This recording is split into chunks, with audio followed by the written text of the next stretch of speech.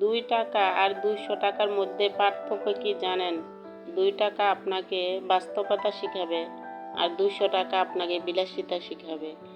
আসসালামু আলাইকুম ভিউয়ার্স, কেমন আছেন আপনারা সবাই? আশা করি সবাই অনেক বেশি ভালো ও সুস্থ আছেন। চলে আসলাম আপনাদের মাঝে আরেকটি নতুন ভিডিও নিয়ে। আপনারা আমার এই নতুন ভিডিওটি যারা যেখান থেকে দেখছেন, কাছে দূরে, দেশ ও দেশের বাহিরে, সবাইকে জানাই অসংখ্য অসংখ্য ধন্যবাদ। আজকে কিন্তু একদম সকালবেলা থেকে ভিডিওটা করা শুরু করে দিলাম। সকালবেলা ঘুম থেকে উঠেই কিন্তু সবাইকে আমি নাস্তা দিয়ে দিলাম। তবে আজকে কিন্তু ঘরে নাস্তা বানাই নাই, কারণ ঘরে পাউরুটি আর কলা ছিল।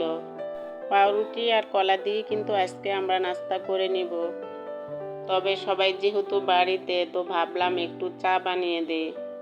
তবে আমি একা বাড়িতে থাকলে কখনো চা বানাই না, কারণ আমি এমন চা খেতে পারি না।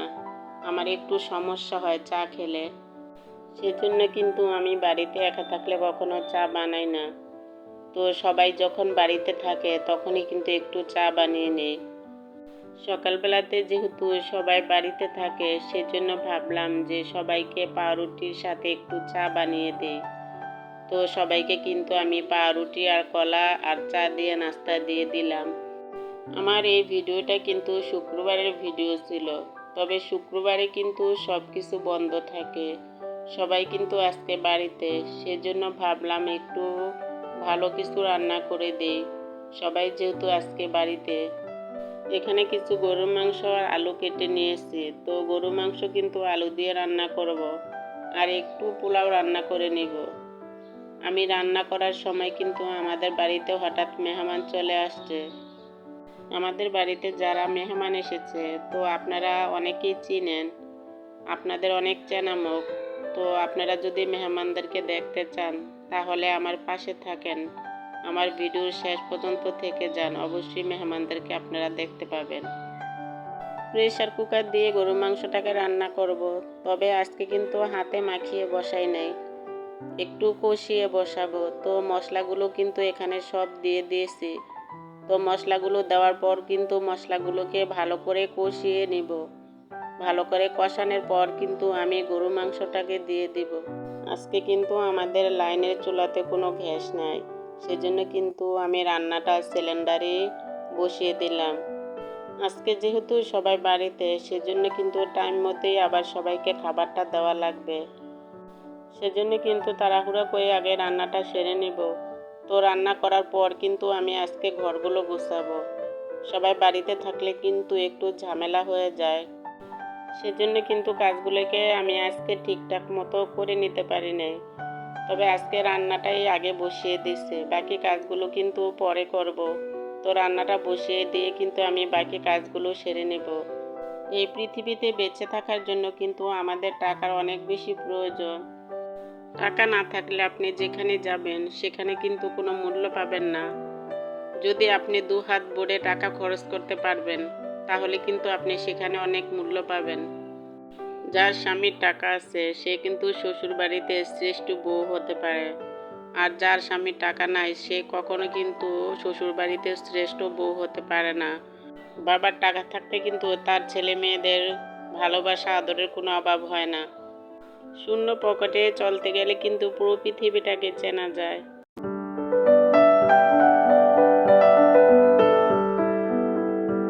আপনাদের সাথে কথা বলতে বলতে কিন্তু আমার গরু মাংস রান্নাটা হয়ে গেছে।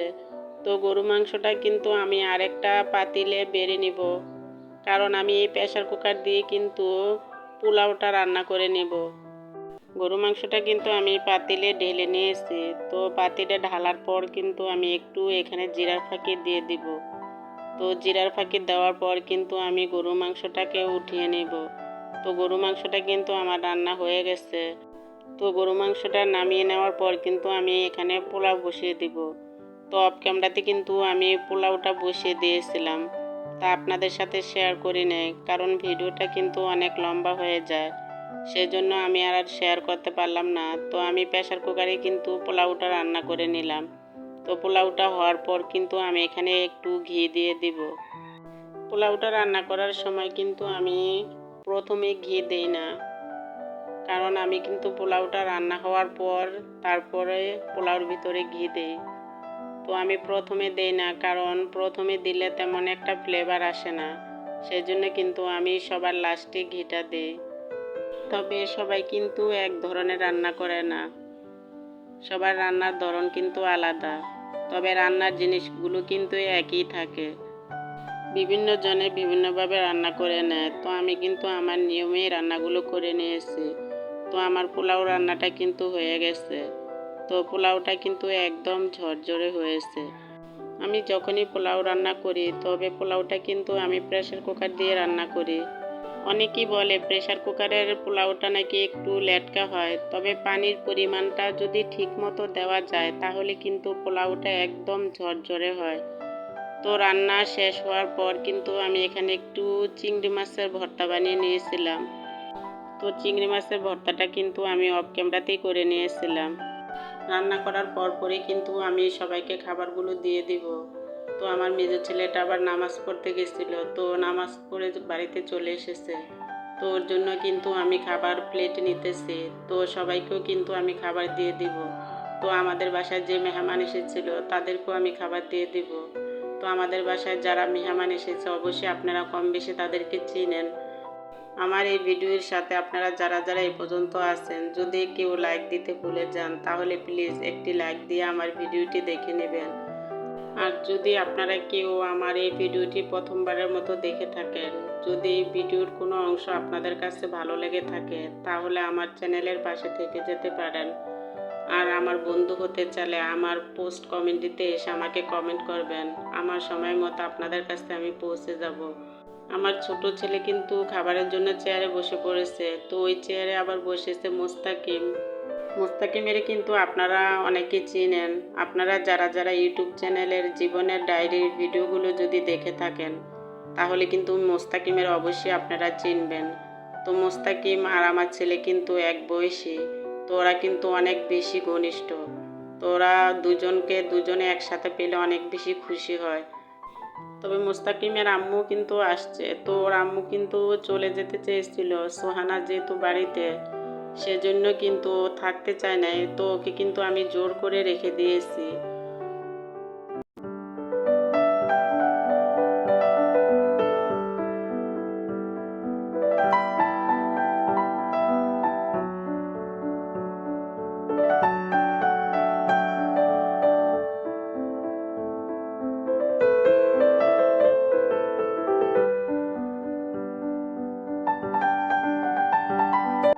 অফ ক্যামেরাতে কিন্তু আমরা দুপুরবেলায় খাওয়া দাওয়া সেরে নিয়েছি।